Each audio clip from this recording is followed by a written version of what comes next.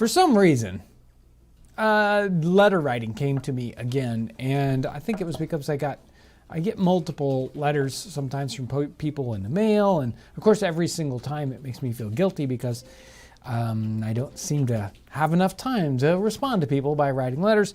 I think I'm going to make it a challenge. Maybe we should all challenge. It's a challenge on the channel to actually write a letter to someone, on paper and all that with a stamp and off in the mail. Wouldn't that be? Yeah, I'm going to do that. Definitely.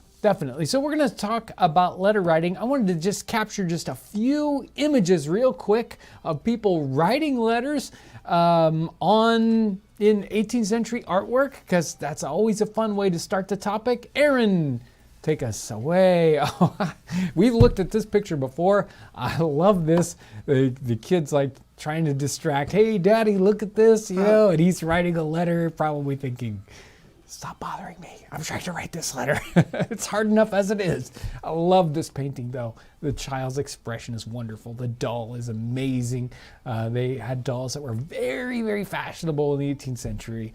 And this is very well-to-do family. You can tell by the doll and by the surroundings here. Love the little book even on the desk. You can even see the reflection of the silver inkwell or inkstand there on the desktop. What a lovely piece of art. Go ahead. This one I had to search around to find the original because all I could find originally was a low res. But here's this one. He's got a letter in his hand. You can see how small that letter is that has been written to him. If you look at the series that we did with Brian Allison, he showed us some of those little kind of folded up into a letter shapes where you just take the paper itself and fold it up. Hopefully I've got something like that here in my pile. Anyway, he's got one of those little letters in his hand. And he's probably going to write a response to it, because right behind them there's an inkstand with his quill and all those papers and stuff behind him. Go ahead, Aaron. This one, another beautiful painting, 1746, and she is reading a letter. Look at that. Brian Allison talked about the big form of paper, sort of like the full sheet, and she's reading that letter, and it looks like, that's a lot of paper for the amount of things that is written on it, because it looks like the whole backside is blank. But a lot of the letters we see from the time period are very packed full, and sometimes they would cut the paper down if they didn't want to waste it. So I like that painting. Go ahead.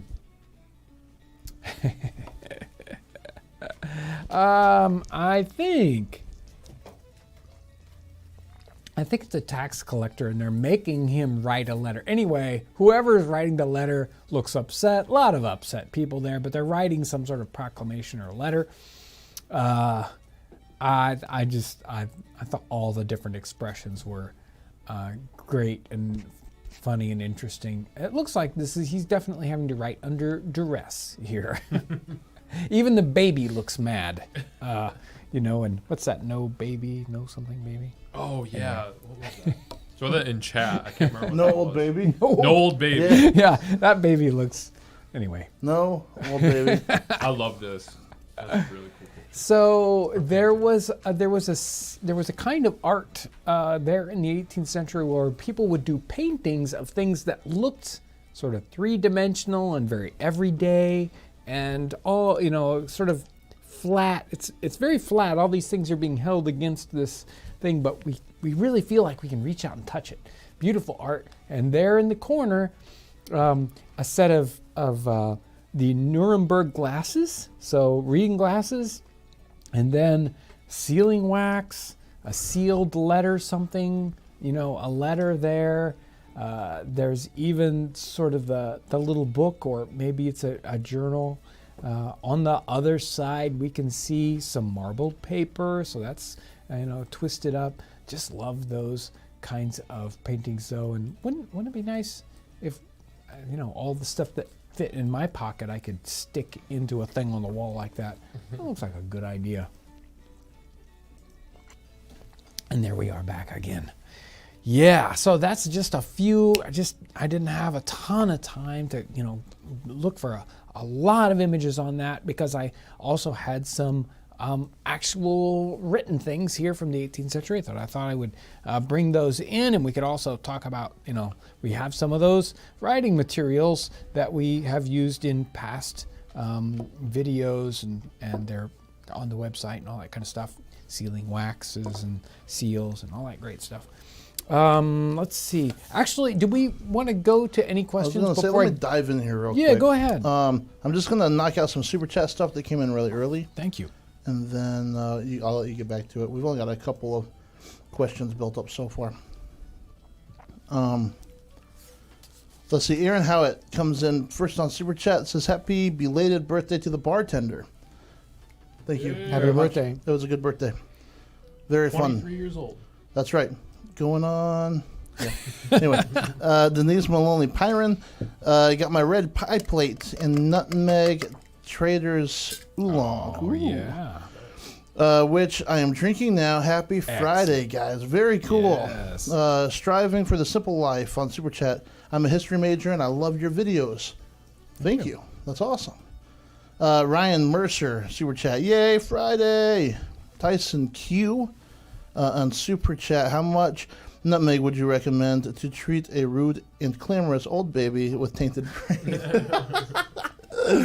Wow. That's going to take at least a half a whole nutmeg, I think. A half, yeah. Yeah. It depends on the age of the baby, probably, too. Well, Well, the age of the appearance of the baby, that is.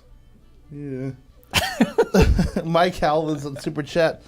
Did they have any form of sunglasses in the 18th century? Some northern native tribes used goggles with narrow slits to prevent snow blindness, and I was wondering if colonists had anything similar. Well, the idea of colored lenses in eyeglasses is very 18th century, although they didn't necessarily think of it as cutting out the sun, but actually different kinds of medical treatments. So they had, green lenses and blue lenses and just smoked lenses, sometimes brown. And they also had, there was this other concept which I have tried to do, but it's hard to do in any great quantity, and that is Martin's margins. I don't have a set of glasses here.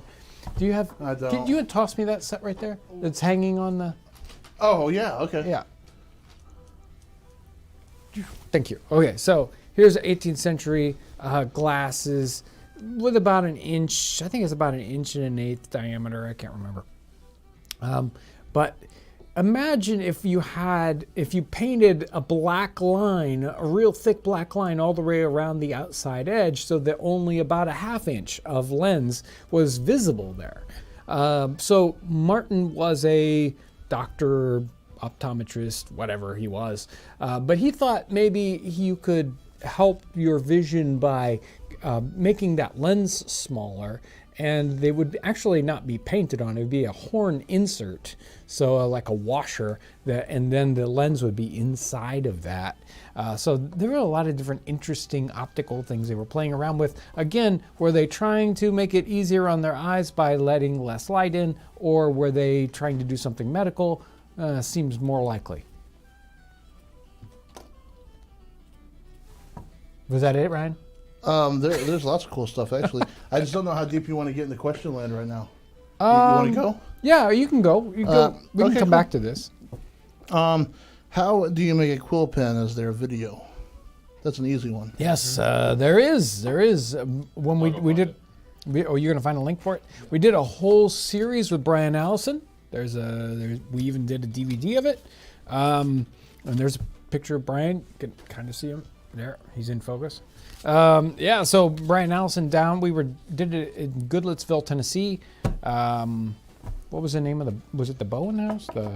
Yeah, that was the name of the house. Right. Not the name of the site, but yeah. Right. Bone House. We did several ones on paper, on writing, on ink, and all that kind of good stuff. And you got a link in there, right? Yep, just there you go. One in the chat. Somebody said, does nutmeg really taste good in coffee? It tastes good in our coffee. Because we made our coffee blend special for nutmeg. Blend for nutmeg. And Aaron and I drink that coffee like crazy. We put it down by the gallons. And they spend most of their time in their bathroom after that. No, that is uncalled for. Speak for yourself. Okay, paper was paper expensive in the 18th century? Yeah, I would say definitely in comparison to what we have today. Can you imagine making paper? I mean, a lot of people have made it as a sort of an art experiment. Making paper is not easy. It's a difficult process, and of course all our paper today is made in giant mills. Industrially, we pay pennies or less per sheet on a piece of paper. Wow, in comparison, dirt cheap. They paid good money, and there were things like taxes that you would have to pay on just on paper, So, yeah.